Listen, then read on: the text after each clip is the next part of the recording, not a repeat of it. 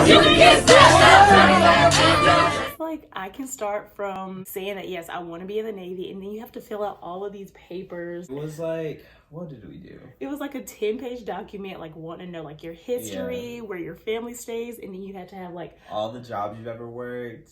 And like, so imagine us like joining at 25. Like, do you know how many jobs I've had?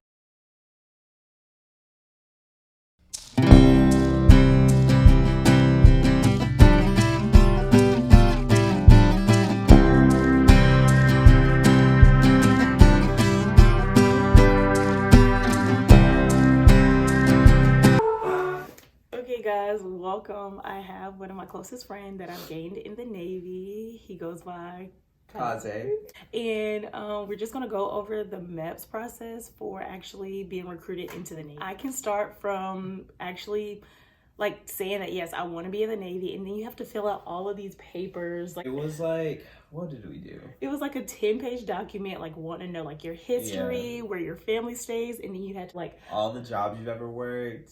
And like, so imagine us like joining at 25. Like, do you know how many jobs I've had since I've been 18? Like, exactly. And then not only did we have to have all the places we live, we had to know someone who knew that we lived there. On top of that, we had to have like references, and the references couldn't be the people who knew where you lived. So it's like you had to like pull from like out of nowhere, just trying to find people to put on the paper. You had to fill that out. You also had to fill out like any tattoos you have, any piercings you have, where they are, exactly what it means to you. Get waivers and stuff. Like, I have this tattoo behind my ear, not allowed. So I had to get a whole waiver for it, which made my process even longer, but you know. Yeah, super annoying. And okay, so we filled out that 10-page paper, and then we took the practice ASVAB, and when they felt that you were ready to take the real ASVAB, then like they're like, okay, you're good to go. And for me, I know that we had to wait and like pick a day for when a van could take us to like MEPS. Same? No, so I did my practice ASVAB, and I got a high score or whatever. So they was like, yeah, you can go take this like right now. But the MEPS place that I went to was like 10 minutes from my house, so I could just drive there. But MEPS are kind of spread out. So like she said, like some people have to wait for like their recruiter to take them, or like a bus to take them, because they only do it like certain days for like ASVAB, certain days for like, picking your job or swearing in and stuff. So mine do it slightly smoother because I was so close to it, and I could just go there and back on my own. Okay, so after we like finally picked a day, I think my days were like Wednesday and Thursday, and the first time you go to MEPS is 2 days, and they'll be giving you a hotel. And so the first day you got there, you met with, I think they would call it like the on-boarder. I don't even. Hold on, she's missing the best part. She didn't even get into the hotel room. I'm sorry. At the hotel? Oh, because you check in the hotel first. And then we were going during COVID, so like of course you had to have a mask. They had to screen you. Yeah, you had to have you had to have been like quarantined for like 14 days before you go to MEPS. Like, yeah. So they just signed that paper anyway. Like, they're like, are you sick? No. So like you check into the hotel, you have the hotel room to yourself, and they usually are like, well, I don't know about everybody else's, but mine was like a really fancy like 5-star hotel. Like, okay, you didn't have that? So mine was decent. I don't know if it was 5-star. Okay, so maybe I am missing a good place. So my parents dropped me off. It was my grandma, my mom, my papa for some reason didn't want to come in. It was my 2 sisters. They were super emotional, and they dropped you off at the recruiting station. And then the recruiting station, I think it's like you and a few other people, but I think in this case it was just me. And then they drop you off at the hotel. You check in, you go see your room, and like I think you had a curfew. Yeah, so you can't have like people in your room at all. You have to be back in your room by like 10 or something. I don't like, our process was different. Like, first, like none of my family knew I was joining the Navy or in the military period. Like, so my whole process was like by myself. I had nobody dropping me off. Like, it was just me. And then I was the only one that was like leaving for the Navy at my point. So I was like, I didn't even really have like my recruiter or anybody in like my cluster. It was just me. So I think I was just so nervous about everything because I knew when we got to MEPS, we had to take the ASVAB and then we had to do the weigh-in and we had to do like some duck walk. Like it was just a lot of stuff that I knew was going on. And I'm like a person that like has anxiety and I freak out. So I'm just like, okay, I'm going to have to do this. But what if I'm not good enough? Like, what if I do this wrong? And it's like direct rules and exact rules that they want you to follow to make sure that it's as smooth of a process for you. So after we checked into the hotel, we stayed there that night, and then the next day they take you to MEPS. And mind you, we had to wake up at like 4:30 in the morning. Like you have to be on the bus by 5. So it's like they're calling your rooms. Like you gotta shower and everything because like there's probably gonna be like a physical or something. And like I mean I don't know about y'all, but I'm not trying to be dirty during a physical. It's like I gotta shower, I gotta put on lotion, I gotta eat. Cause like it's like an all day thing. Like I think like whenever I went to MEPS, like I would never leave until like 12 or like 1 o'clock. Yeah, so first at the hotel, they feed you breakfast, and then after breakfast, they load you on the bus. They had some type of like organization to get in loaded on the bus. After you get loaded on the bus, now boom, you're in MEPS. And then like you get like this folder with all your information. And let me know if I'm missing out on something. No phone, by the way. You have to like put your phone in your backpack or like put it in like this like locked room. So the entire process you're just going through it, just like twiddling your thumbs. I'm just like, who do I talk to? And then sometimes you couldn't even talk like too loud. Yeah, they would be like, yeah, no talking. Like you can't sleep there. Like, oh yeah, that's a negative. You're just waiting. Like it's like a whole bunch of like hurry up and wait, and it takes like all day. Like I was just staring at the clock like the entire time. I was just like, all right, it's only 8 o'clock and we haven't done anything yet. Like, yes, it was bad. I think for me, my recruiting station was in Charlotte, North Carolina. You wait, what? I depped out of Charlotte. For real? Yeah. Let me tell you guys, so like I am like very much like a wandering soul. So like I'm from Florida. But yeah, I told you this. So I'm from Florida. So I tried to like make life work. So my family like lived in Charlotte. So I moved to Charlotte in like September. And then I gave it to like October, November, and like nothing was shaking. So I was like, okay, I'm just gonna join the Navy. And then I started like my MEPS process in November. Yeah. Okay, that's super cool. So we even had to go through the what is like the scan? What? When you got at the like the metal detector? Yes. Oh, the metal yeah, detector. yeah. We had to go through the metal detector when we first got there, and then that's it's when like we going through like TSA at the airport. Like they go like they x-ray your bag, you have to go through like this metal detector again, like you're like no phones, like triple check. Like you ever know like when you go through the airport and you're just like you don't have nothing in your bag. We're like, oh my god, what if I have like a knife in my bag? Like that's it's nothing. You know there's nothing in your bag, like at all. We're freaking out for no reason. And so yeah, we went through the metal detector and then we stowed away all of our stuff, got our documents, and then I took the ASVAB. And like depending on how fast you were, you had like 4 hours, 3 to 4 hours. Yeah, I think they gave you like 4. I finished mine in like maybe like 30-45 minutes. What you mean? 30 to 45 minutes? I finished it Listen, fast. So what happened to me is it was like if you stay on a question too long, your screen is gonna like flash red and white. I zoomed through mine. Okay, so that happened to me like twice, and I'm like, oh my gosh, I'm so slow. Like I will like overthink, and then like once I have an answer, I like double check it. So boom, okay, you take the ASVAB and then you get your score. Like some people get their scores right away, but for me, exactly, like I guess I'm a special case. It took so long. And I'm like, okay, well, what did I get? And they're like, okay, boom, this is your score. So after your score, you have to talk to like different stations that they have you pulled out. And then they just ask like, you know, the typical questions like, have you ever done drugs? Like, have you ever like got in trouble with the law? You did that all in one go? Yeah, like they asked that mine, like I kept having questions. to come back. Like I took my ASVAB and then I came back. And then, like, when I came back the next time, I did, like, the questions and the physical and all that. And then I came back. And then, like, I came back again to, like, swear in. And then I left. And then I came back again to, like, actually, like, when I actually, like, left. I was, like, I was at MEPS, like, 4 times. Like, yeah, see, that's a lot. I was there 3 times. And the first time was that, like, 2-day thing where the first day you do the ASVAB. And then, like, you have to sit in a classroom, like, orientation style. And they, like, go through, like, what the Navy means, like, what it has to offer, or the military, per se. Because everybody at the but at MEPS was for, like, all branches. So, like, they had, like, an orientation just going over, like, how much honesty like it means and like how much trouble you can get in, and just going over like the fine printed document so that you knew what you were getting yourself into. So after I did the orientation, did the ASVAB, then that's when you go to those different stations and they just go over more questions with you.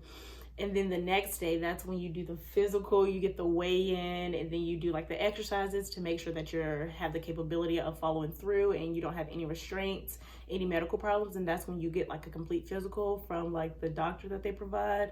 And then they feed you lunch there. And then I think that was also when you talk to the detailer.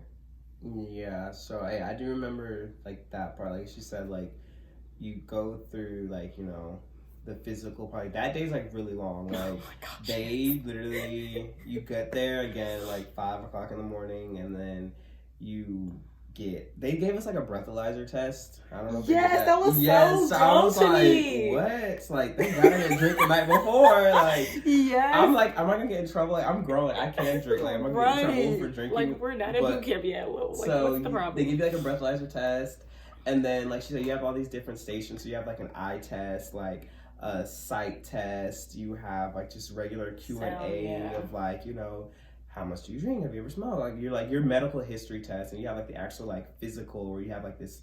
For me, it was like a really old man, just like I'm like butt naked, and he's just like looking at every part and crevice of my body, and it was just so awkward. And then you get, like she said, like the part where you do like these little like stretches, exercises, just kind of say the mobility of your body. And then after that, they draw blood. They draw like so much blood. They draw like 6 vials of blood from you. And then you also have to do like a pee, like little drug test. Somebody watches you pee. And then after that, I believe I went to go talk to somebody about like picking my job, I guess. Like they look at like whatever your ASVAB score was. So the higher yes, the higher your score is, the more like jobs that are available to you. So, and then one thing with that is, since all the jobs are like on the same time zone, if you're in California, they kind of get like first pick, is what they told me. But it was still a lot of jobs available. What job do you remember getting? I had a high score, so the highest you can get is a 99, and I got an 85. So like a lot of stuff was available to me. Like literally almost everything was available to me. I think I got like a 77. That's still good, yeah. Because most people get like 40s and 50s. Yeah, if you do what I did the day before, listen, that's pretty good. Like I barely got any sleep, which is totally fine. I didn't study. I sound so bad. Like I didn't study. Like, not to like toot my own horn, but like I know I'm smart, so like I had to do like a quick crash course, because it's basically kind of like high school level like knowledge stuff, and like I haven't been to school. Like I graduated high school in 2013, and then like I haven't been to college since like 2019. What?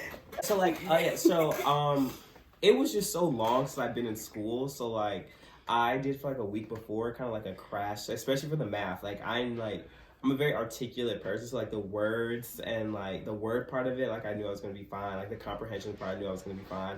It was just like the math part that was like a little like I don't remember how to do like all these like equations and formulas and stuff. Yeah, like that was the only part I was scared about, but I did pretty well on it. So like I said, like the higher score that you get, the more opportunities like will be open, and it's also like needs of like the Navy, whatever jobs they need. So like not every job will pop up, but it can kind of tell you what jobs, like if you look up beforehand, it'll tell you what scores you need for certain jobs. So you just have to hope the job pops up. And then for you, see, it's people like you don't study, you just get a high score. See me, I like study. I went on all the available websites they have for like ASVAB pretest, ASVAB practice. I studied. I even had like note cards. Like him over here, well, you know, I didn't really study. So whatever, it's fine. It's people like you. Okay, but so after you pick, like you have these job available, they don't really go into like that many details. So you have to ask the questions, because if you don't ask, get them to print it out. Because I was telling that man, I was like, I really don't want to hear you talk anymore. Like I'm very like a go-getter. Like I knew going into the Navy, especially because like I was older, like these people I really couldn't like play with me or anything, because they're gonna like tell you jobs, or like one thing when they're really like another thing, or they won't 100% tell you what jobs are 100% available because they need manning for certain jobs.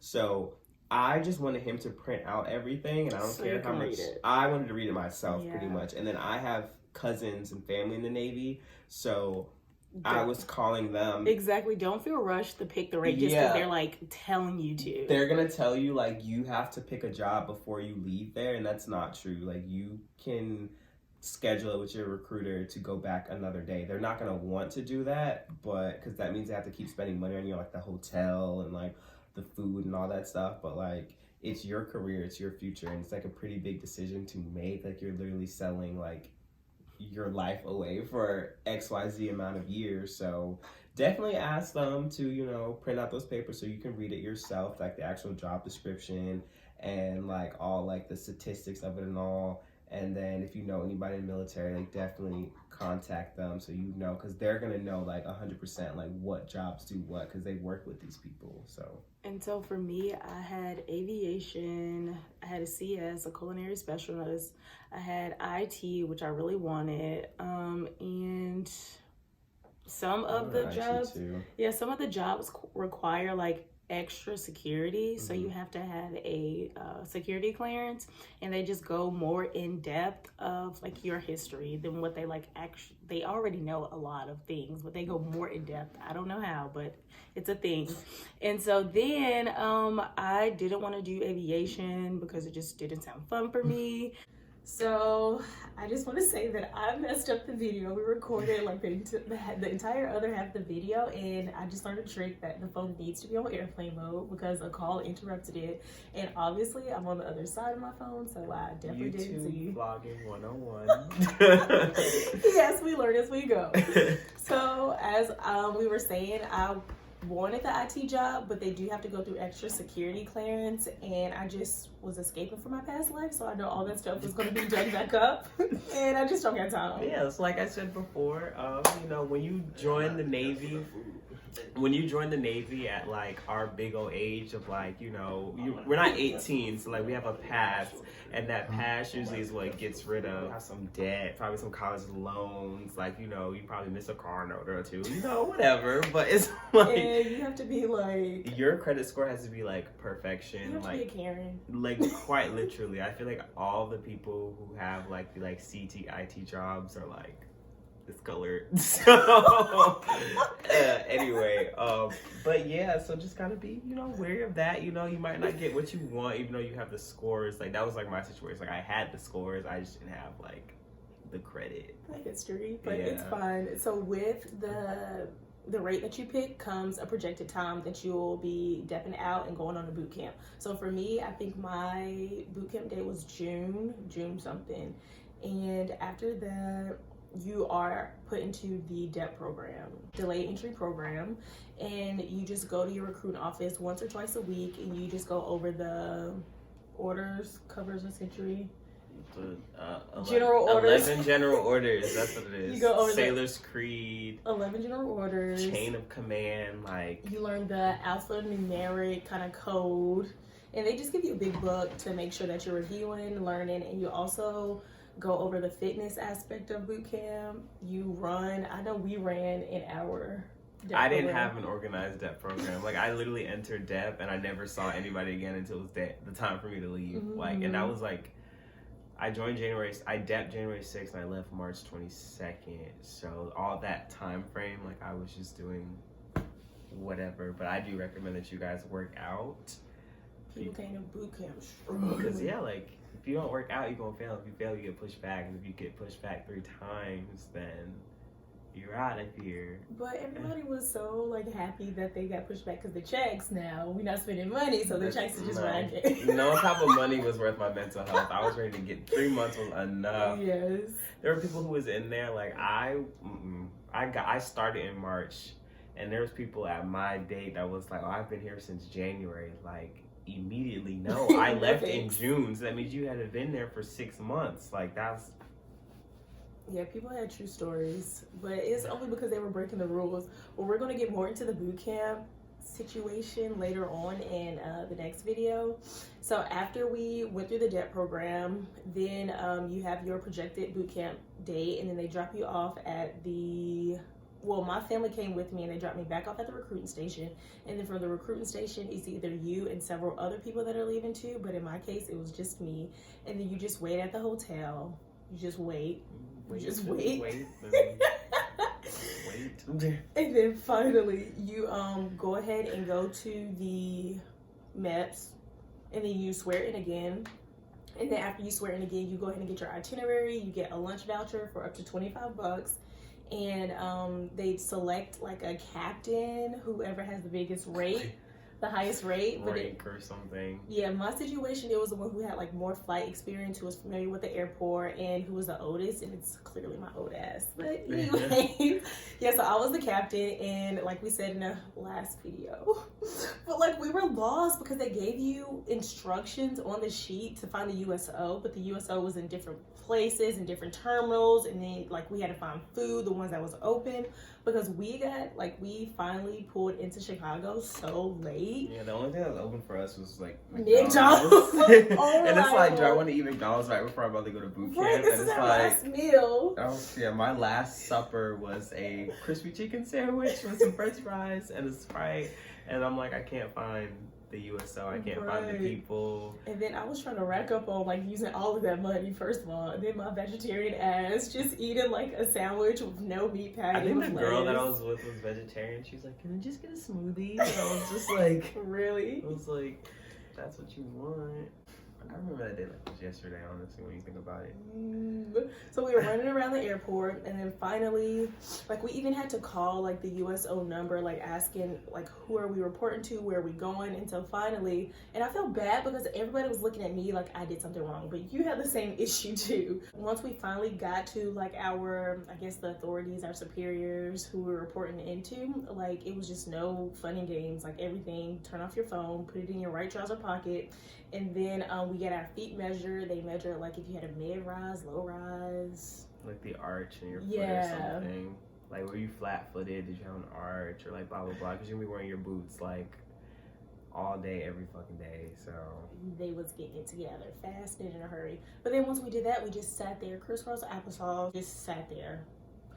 And yeah, we just waited till other people to pull in from the airport so that we can all board on the buses to take us to RTC, Great Lakes. And am I missing anything? No, that's pretty much all DEP is. Because you're about to start touching boot camp now. Okay, well, thanks for sticking with us, and I've learned some more YouTube skills. Yeah. So we out.